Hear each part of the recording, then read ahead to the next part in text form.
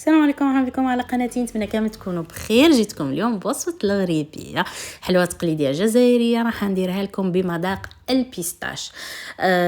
حبيت يعني ندير لكم وصفه لحلوه جافه بعيدا عن الشوكولا، ففضلت يعني وصفة الغريبية وفضلت انها تكون بمذاق البيستاش. شوفوا لونها، شوفوا شكلها، جات بزاف هايله وبزاف بنينه لجميع مناسباتكم. كما راكم تشوفوا ديرتها لكم بالمارغرين، لانه كل مره ندير معاكم وصفه تغريبيه بزاف يطلبوا مني باه نعوضوا السمن وكيف نستعملوا الزبده ولا المارغرين. رايحه نعطيكم كيف تستعملوا الزبده ولا المارغرين، كما راح نعطيكم السر باه تحصلوا على هذا القوام وكيف تحصلوا على غريبيه متماسكه بلا ما تهبط معكم في الفرن. واول حاجه راح نديروها هي الفارينه. عندي هنا حوالي 350 غرام من الفارينه، رايحه نحمصها في مقلاة تكون ثقيله على نار هاديه بتحريك مستمر حتى نتحصل عليها بهذا اللون. يعني مدابيا تحافظ على اللون نتاعها يبقى فاتح، يبقى بهذا اللون ابيض، لانه مدابيا تبقى يعني يبان فيها اللون تاع البيستاش. وفي نفس الوقت يعني ما راحش ندير لها، ما راحش نحمصها كيما الفارينه تاع غريبيه الورقه فونسي، راح نخليها بهذا اللون. كيف تعرفوا كي يبدا اللون تاعها يتبدل وتشكلوا معكم هذوك الحبيبات؟ حبسوا، احنا الفايده انه تسخن معنا مليح، هذا هو المهم.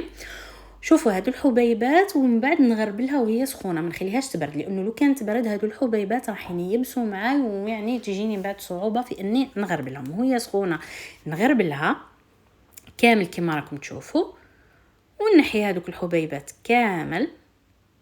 ومن بعد ضروري نخليها تبرد تماما ومن بعد نستعملها، لازم تبرد. على هذه بديت بها هي الاولى في غريبيه الكاوكاو، سواء في الوصفه الاولى اللي قريب تلحق مليون مشاهده ولا الوصفه الثانيه ولا غريبيه البندق. درت معكم عده وصفات تاع الغريبيه، بزاف قالوا لي علاه تحمصي ما عندها حتى معنى تحمصي الفارينه.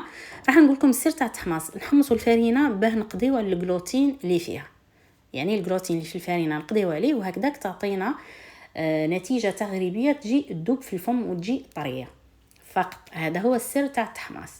نروح للمكونات الاخرى. عندي هنا 50 غرام من بودره البيستاش، غربلت حوالي يعني رحيت حوالي 200 غرام بيستاش.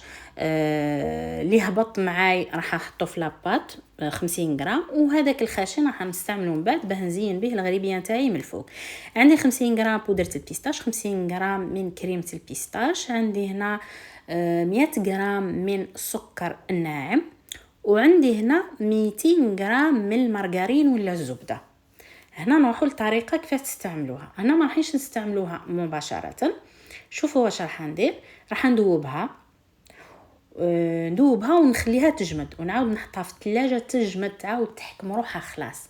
واش ندير؟ راح ندير لها ثقب في الوسط، فتحه في الوسط، وشوفوا واش يخرج معايا. الحليب هذا ولا الماء تاعها رايحه نحيه كامل، نصفيها ما نخليش ولا قطره حتى نتحصل عليها بهذا القوام. شوفوا تولي كيما السمن. تفاهمين؟ هذه هي كيف تقدروا تستعملوا السمن ولا الزبده ولا المارغرين. دوبوها تخليوها تجمد، بعد تصفيوها من الماء اللي فيها، ومن بعد تعاودوا تخدموا بها وهي بوماد، يعني ما تزيدوش دوبها، تخليوها بهذا القوام. واللي حبت تستعمل السمن تدير نفس الخطوات، تدير 200 غرام سمن بوماد وتخدم بها، يعني اللي تفضل. يعني انا درتها فقط بالمارغرين على جال الناس اللي يحبوها بالمارغرين ولا بالزبده، لكن هي من الاحسن بالسمن. انا نحبها بالسمن. الغريبيه بنت السمن فيها تحفه.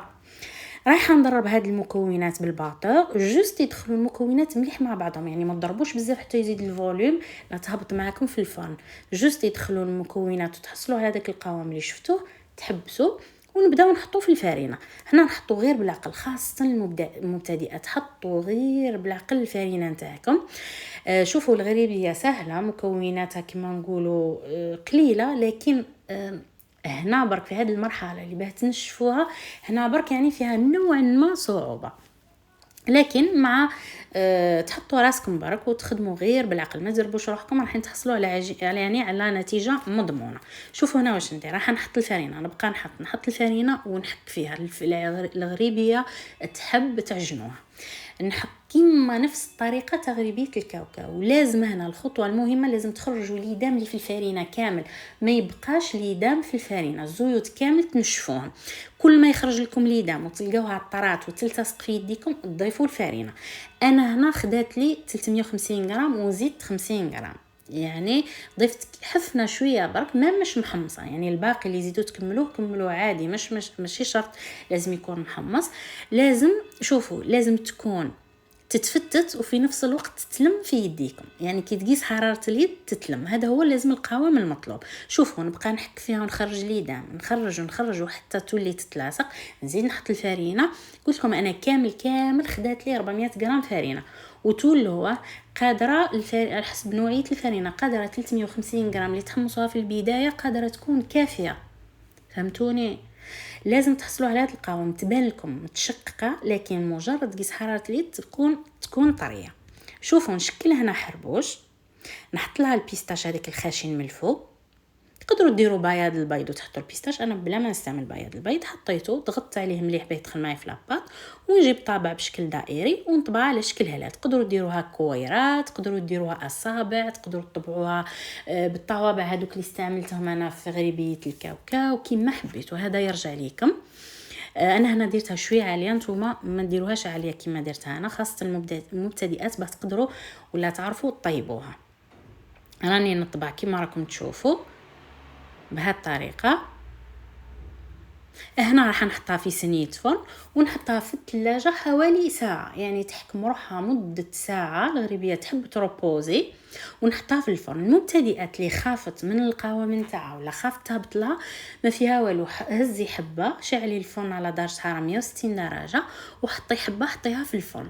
لقيتيها حاكمه معاك اللهم بارك، لقيتيها تبدل الشكل نتاعها ولا هبطت لك، عادي عاودي حطي لها الفرينه حتى تولي بالقوام المناسب.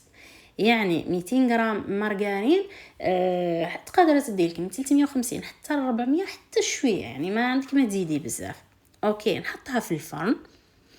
شوفوا هنا حبيت نديرها لكم في الاضاءه تاع الشمس خير باه تشوفوا اللون، تشوفوها تحفه وريحتها وقوامها هايله. نحطها في الفرن على درجه حراره 160 درجه، 150 160، كل وحده تعرف درجه الحراره تاع الفرن تاعها والطياب نتاعو، مده 15 دقيقه حتى ل 20، يعني قادرين ما تكملوش 20، 15 16 18 دقيقه ماشي اكثر.